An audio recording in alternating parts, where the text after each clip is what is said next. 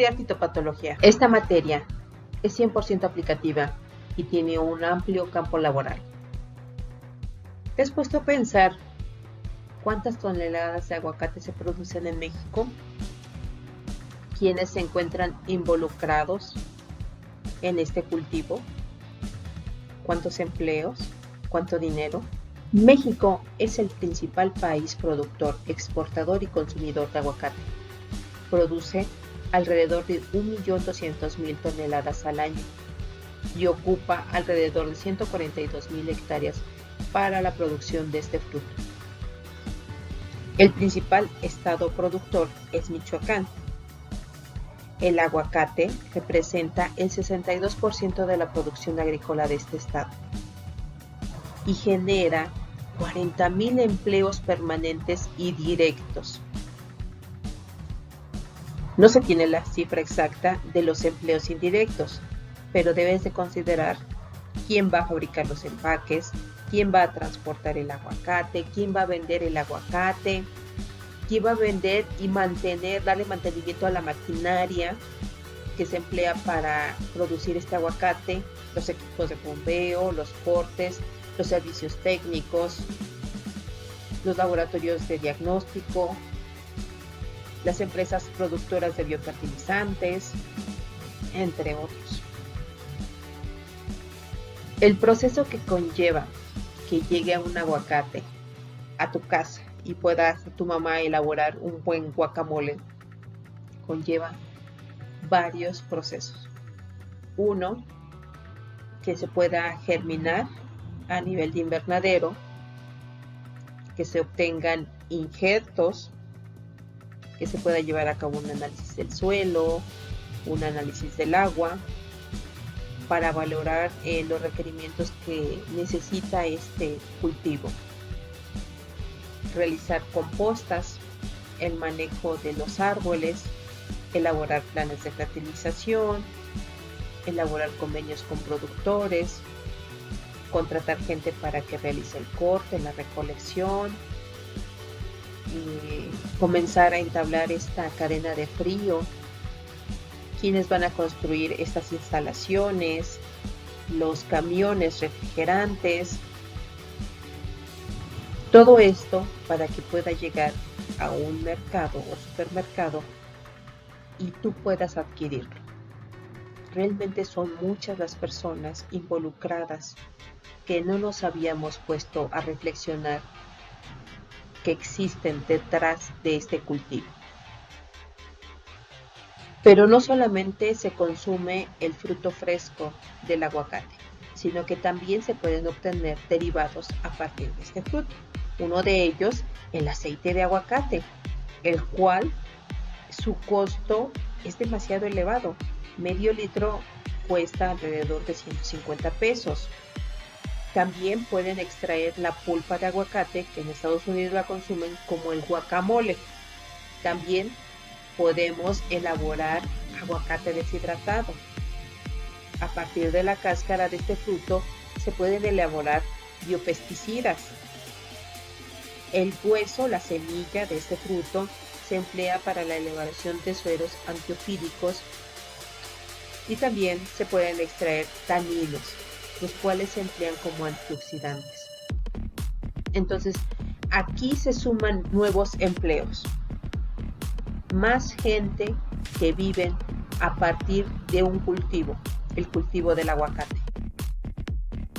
Y solamente habíamos considerado un mercado local. Sin embargo, este fruto es muy codiciado en Estados Unidos, en Japón, en Canadá, en Francia. Y entonces aquí se ven involucrados otras personas, otros sectores, como son embalaje, almacenamiento, los intermediarios mayoristas, los exportadores, y así va creciendo la cadena de empleos ligadas a este cultivo. ¿Te imaginas qué pasaría con esta gente si el cultivo de aguacate se enfermara de repente y se acabaran las huertas de aguacate en Michoacán? ¿Cuánta gente quedaría desempleada? Yo creo que muy pocas veces nos ponemos a pensar que las plantas se pueden enfermar. ¿Cuántas veces te habías preguntado, ¿las plantas se enferman? Yo creo que nunca te lo habías preguntado, siendo sinceros. O tal vez muy pocas veces. Pero en este curso vamos a hablar justamente de las enfermedades que afectan a nuestras plantas. Vamos a hablar quiénes pueden causar una enfermedad en la planta, de qué manera puedes identificar la sintomatología y orientarte en el diagnóstico, qué medios de cultivo puedes emplear, qué técnicas de diagnóstico, cómo puedes manejar esta enfermedad, qué implicaciones pueden tener del tipo legal, económico. Retomemos nuevamente nuestro ejemplo, el fruto de aguacate, el cual puede ser afectado por diferentes enfermedades, como la antragnosis, la roña o la pudrición del pedúnculo. Pero no solamente los hongos o los microorganismos semejantes a hongos son capaces de afectar el cultivo del aguacate.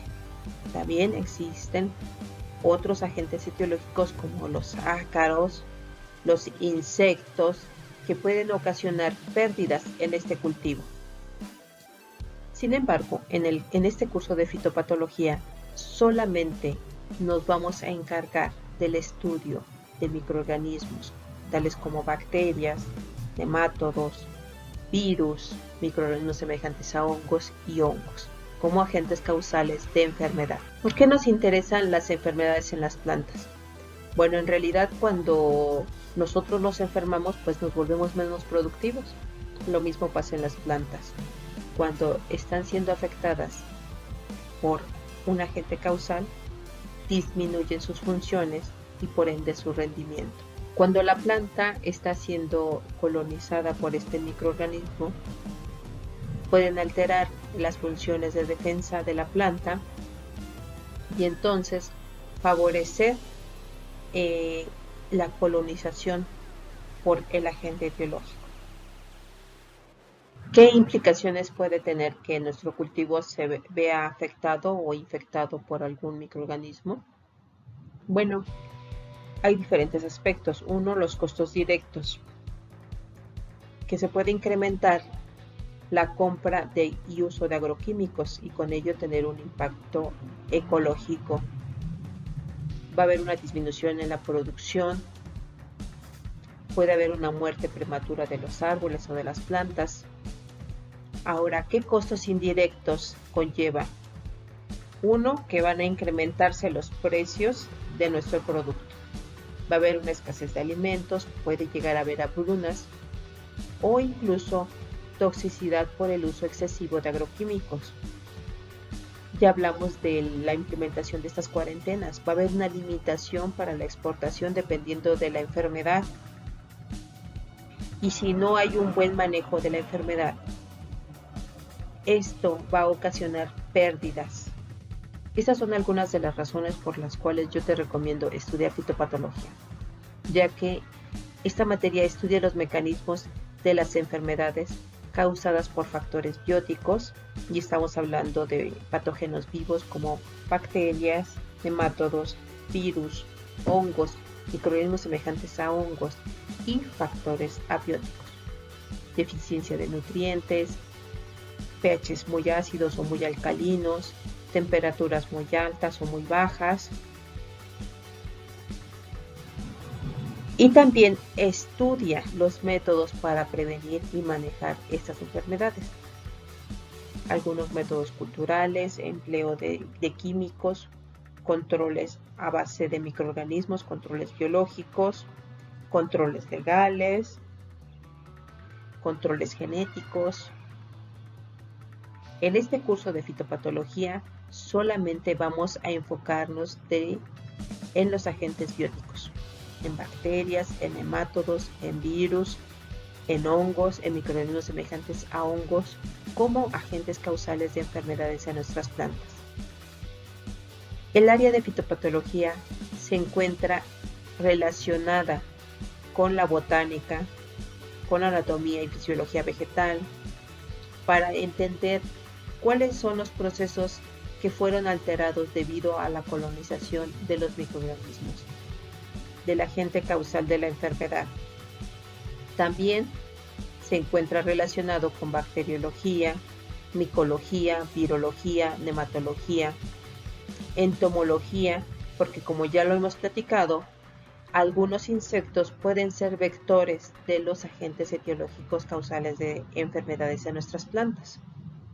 También se encuentra relacionado con biología celular, estructura y función de las células, para poder entender cómo los efectores de estos microorganismos patógenos pueden alterar el funcionamiento de nuestra planta. ¿Cómo podemos definir a la enfermedad en términos fitopatológicos?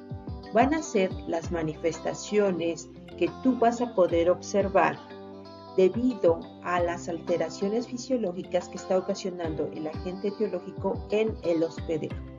Es decir, qué síntomas y signos estás observando. Esto como respuesta fisiológica anormal debido a la constante asociación con el agente causal. Gracias a la fitopatología vamos a poder entender los principios de una enfermedad, como la planta puede ser colonizada debido a que las condiciones del medio ambiente le son adversas o que le son favorables para el patógeno.